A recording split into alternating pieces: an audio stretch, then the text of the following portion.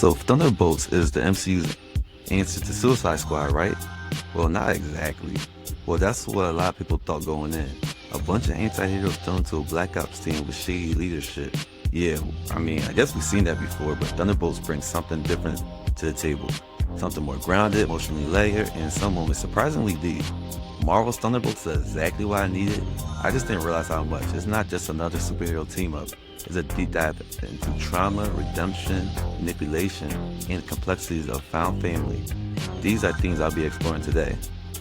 Welcome, I'm avatarslang, your go-to for fiction, fandom, and nerd culture, where they collide with politics, society, and everything in between. Before we dive in, follow the podcast on Spotify or your favorite platform so you never miss an episode. You watch it on YouTube, like, subscribe, and turn on notifications. Since I'll be deep diving into the movie and represent other Marvel content, including past movies and comics, consider this your spoiler alert. This is the spoiler alert. You've been warned.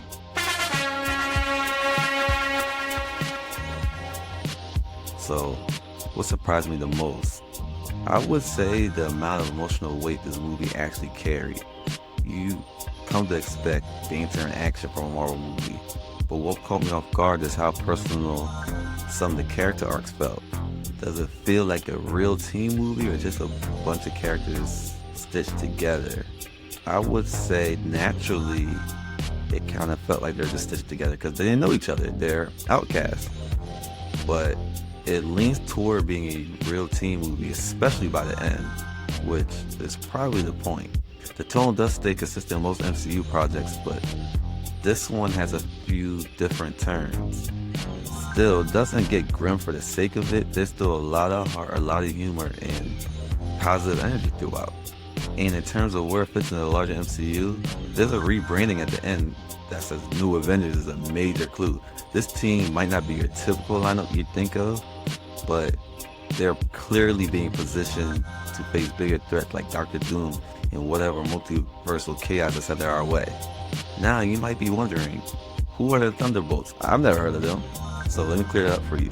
When the Thunderbolts were first introduced in The Incredible Hulk 449 in 1997, written by Peter David with art by Mark Dionato Jr., they appeared as a new team stepping up after the Avengers were declared dead following the 1996 Onslaught crossover event. Check that out, by the way. Just 3 months later, the Thunderbolts and Thunderbolts 1 by Kurt Busiek and Mark Bagley, the twist was revealed. They were actually the masters of evil in disguise. They were created by Baron Zemo to expand his criminal reach. Over time, most of the team realized that being heroic was more fulfilling than their old criminal lives, so they ended up rejecting Zemo, and they even recruited Hawkeye to lead them. So you don't need this backstory to enjoy the movie, but it helps connect the dots behind some of the MCU's creative choices. Now remember, I'm one of those people, I never think you need to read the comics to understand the movies. The only thing it will help is so you can understand where they pull certain moments from. So things in this movie that worked for me. Mel's stoic delivery. What worked for me? Mel, Valentina's assistant played by Geraldine Visualnathan, definitely worked for me. Mel's stoic delivery brings moments of levity where there's also unease in her expressions as she watches what Mel is really doing. That internal conflict supports the broader theme of manipulation and control, showing that even the ordinary people in the room are caught in the web.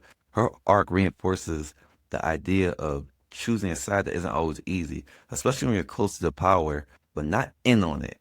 Mel might not be running point on these operations, but her arc adds depth to the story's critique of manipulation and control. The origin of the Thunderbolts being their team name worked very well for me. It being inspired by Yelena's soccer team, something that is from Yelena's and Alexi's past, works so well here. It pushes the idea of family a lot more. The casting, as usual for Marvel, works really well here. Everyone plays their part like they know this team is different. Florence Pugh brings so much heart and edge to Yelena. She's hilarious, sarcastic, vulnerable, and everything about this movie is needed in the lead. Her pain and leadership both come through effortlessly. Honestly, she's one of the best things Marvel has going right now. I'll be honest, I loved her in Black Widow. I didn't get the backlash for that movie. Well, actually, now I think about it, Black Widow probably should have been made right after Civil War, but that's a conversation for another video. Wyatt Russell returns as John Walker. He plays the teen jerk with just the right mix of arrogance and insecurity. You want to roll your eyes and root for him at the same time, which is exactly the point. Hannah John Kamen as Ghost is a great addition. She didn't get much time to shine in Ant-Man and the Wasp, but she's essential to this team. Her performances sell that quiet struggle that she's been fighting to stay in control for most of her life, and she's just starting to let her guard down. Sebastian Stan as Bucky, I mean, I don't even need to over-explain this. Like, I'm always welcome to a Bucky appearance. David Harbour as Red Guardian, he disappears into his role. He's so good that I actually forgot he's the sheriff from Stranger Things. No, I didn't actually forget, but when you're watching the movie, you get so immersed into his role, you don't think about that sheriff at all. He brings humor and regret in a way that makes Alexei way more than comic relief.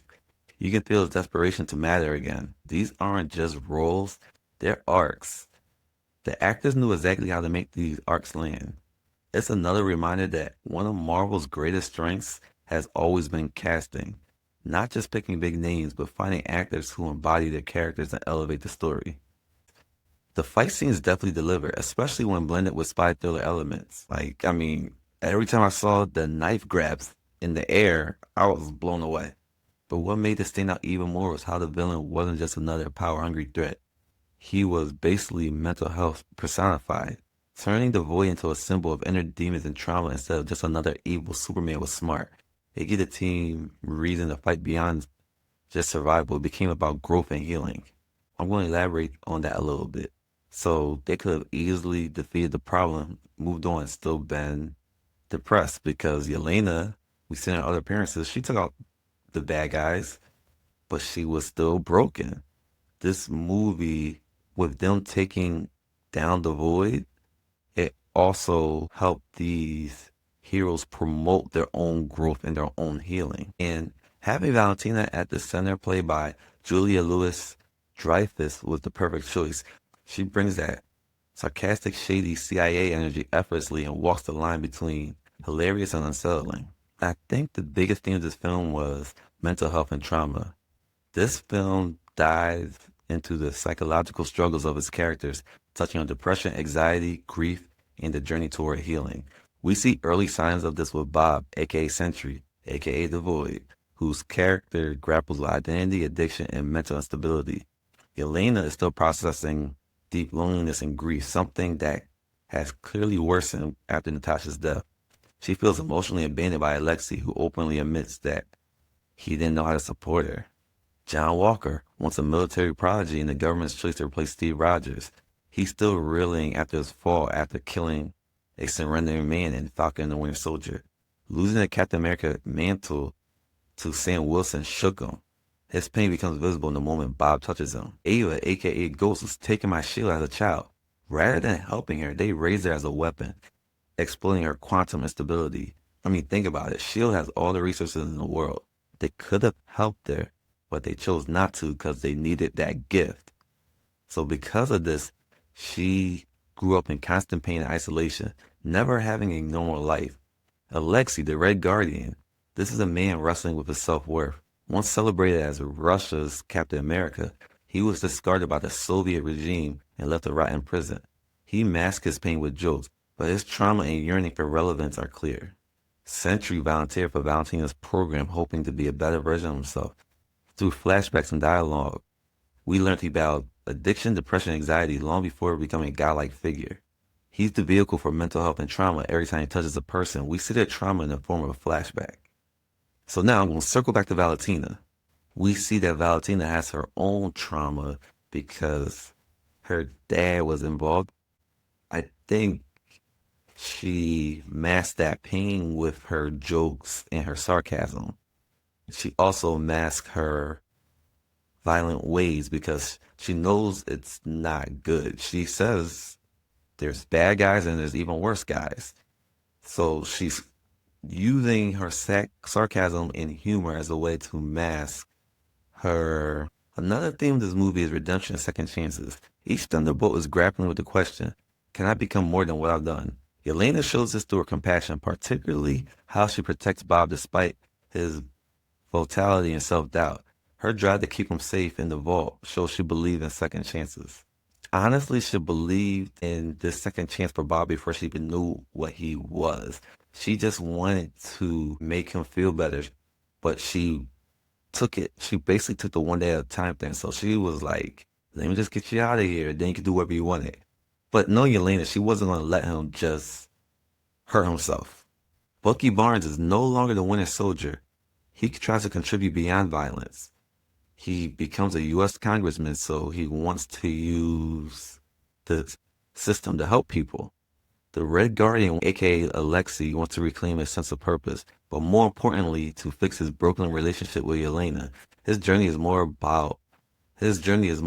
than heroics. Is about more than heroics. It's about fatherhood and legacy. Ava, aka Ghost, gains more control over her phasing abilities and begins to open up. She slowly sheds her years of emotional isolation. The key with her is the first chance she has to ditch them for her own selfish gain, she doesn't take it. She comes back and saves John and Yelena. She doesn't know them from a can of paint. That's heroic in itself. John Walker, he's haunted by his past. He finds an outlet for his skill and guilt through the Thunderbolts. He finally starts to listen, take accountability, and act like a true teammate. In the climax, the team confronts the Void, the dark alter ego of Sentry, by entering a realm that forces them to face their deepest regrets. I guess you could call it their shame rooms.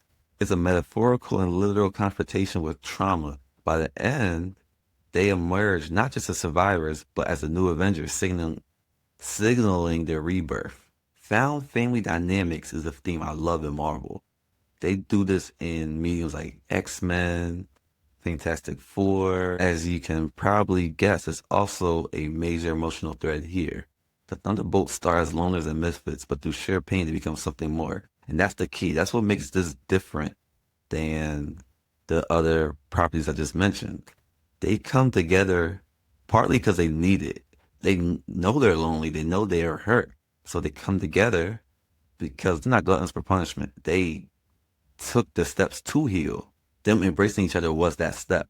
Yelena steps into a leadership role with her compassion and balancing the team's rough edges. She has the bond with Alexei. She's the one who bonds with John through their banter. So I would say it definitely evolves into something honest and evolves into real healing.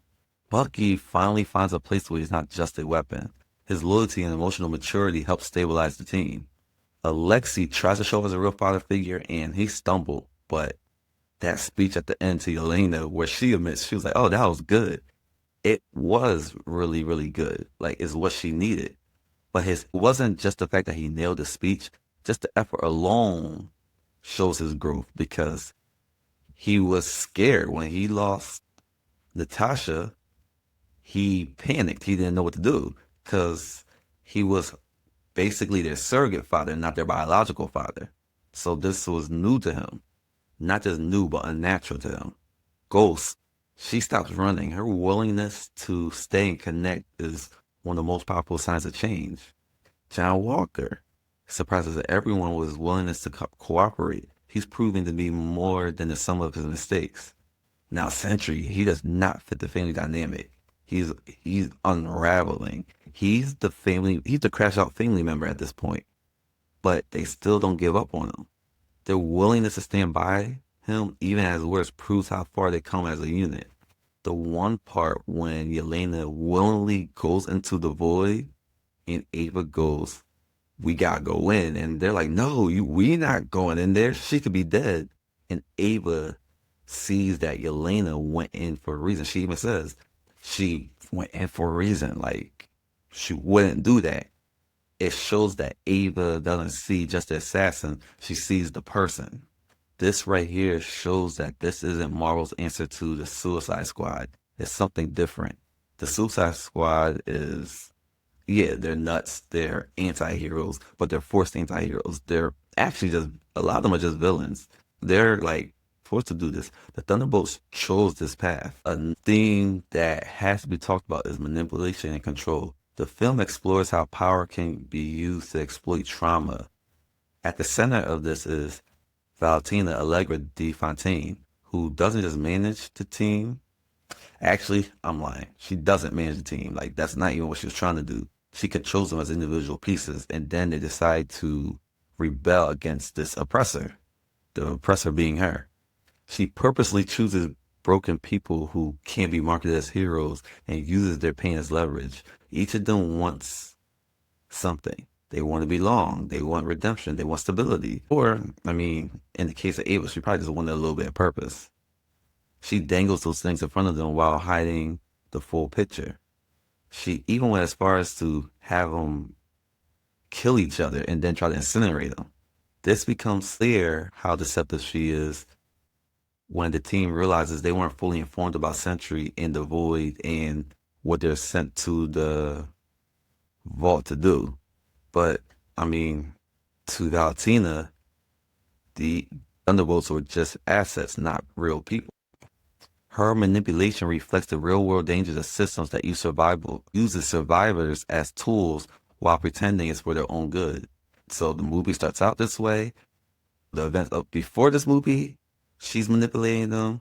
She continues to try to manipulate Sentry, and she does it successfully. She manipulates Bob until he turns into a mindless version of Sentry who looks at himself as a god and starts trending towards the personality of the Void, and he wants to kill everybody, erase everybody, whatever.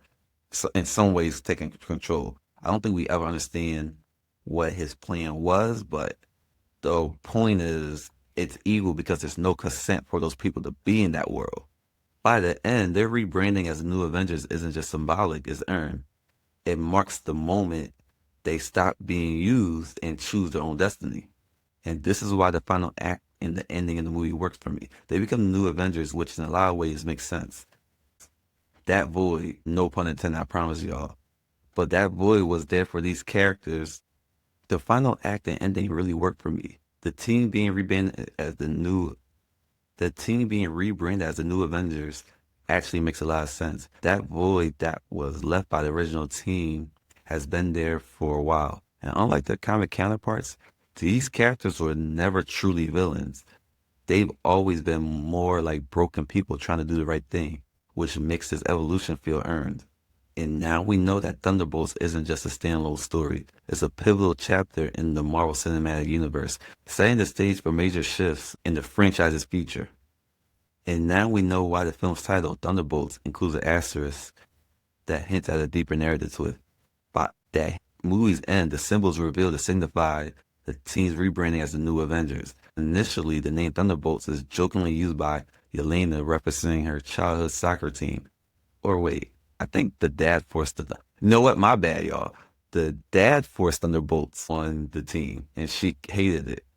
After the team confronts the Void, Valentina cleverly, publicly rebrands them as the New Avengers, and they accept it because they feel like they can manipulate her now, which is, I guess, kind of ironic.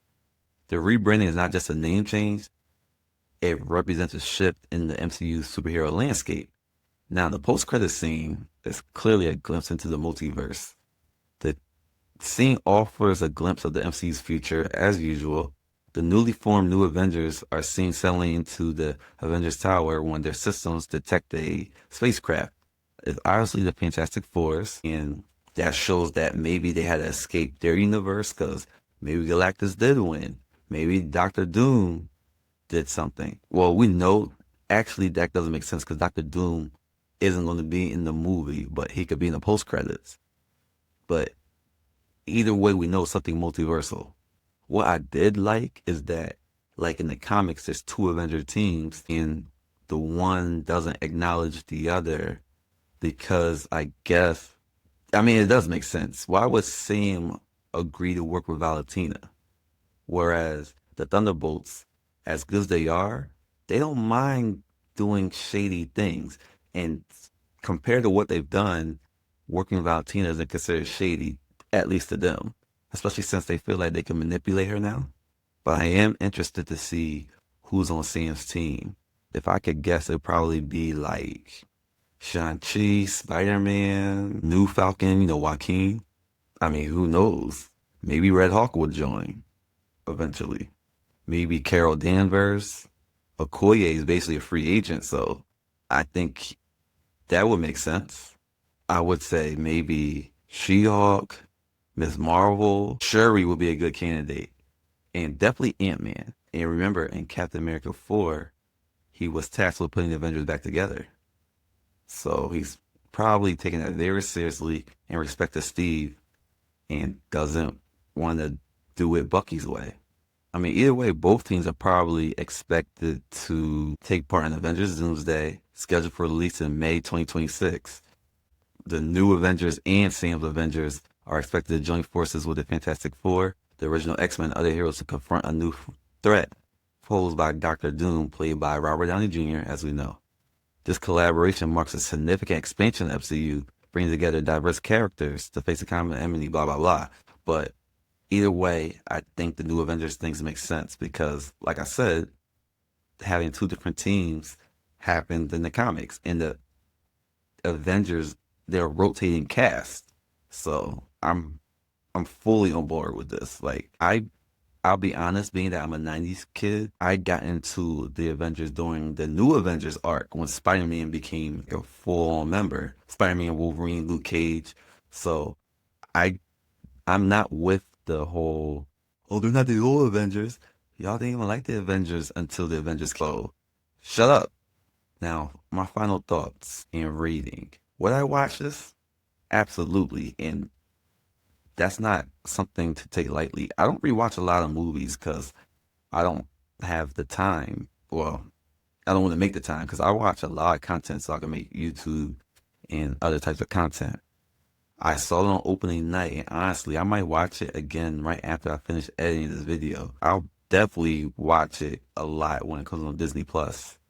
As for the rating, I'm going to give it like an 8 out of 10. On my tier list, some of the more thoughtful entries, the Thunderbolts may not have started out as heroes, but by the end, they become something the MCU hasn't had in a while.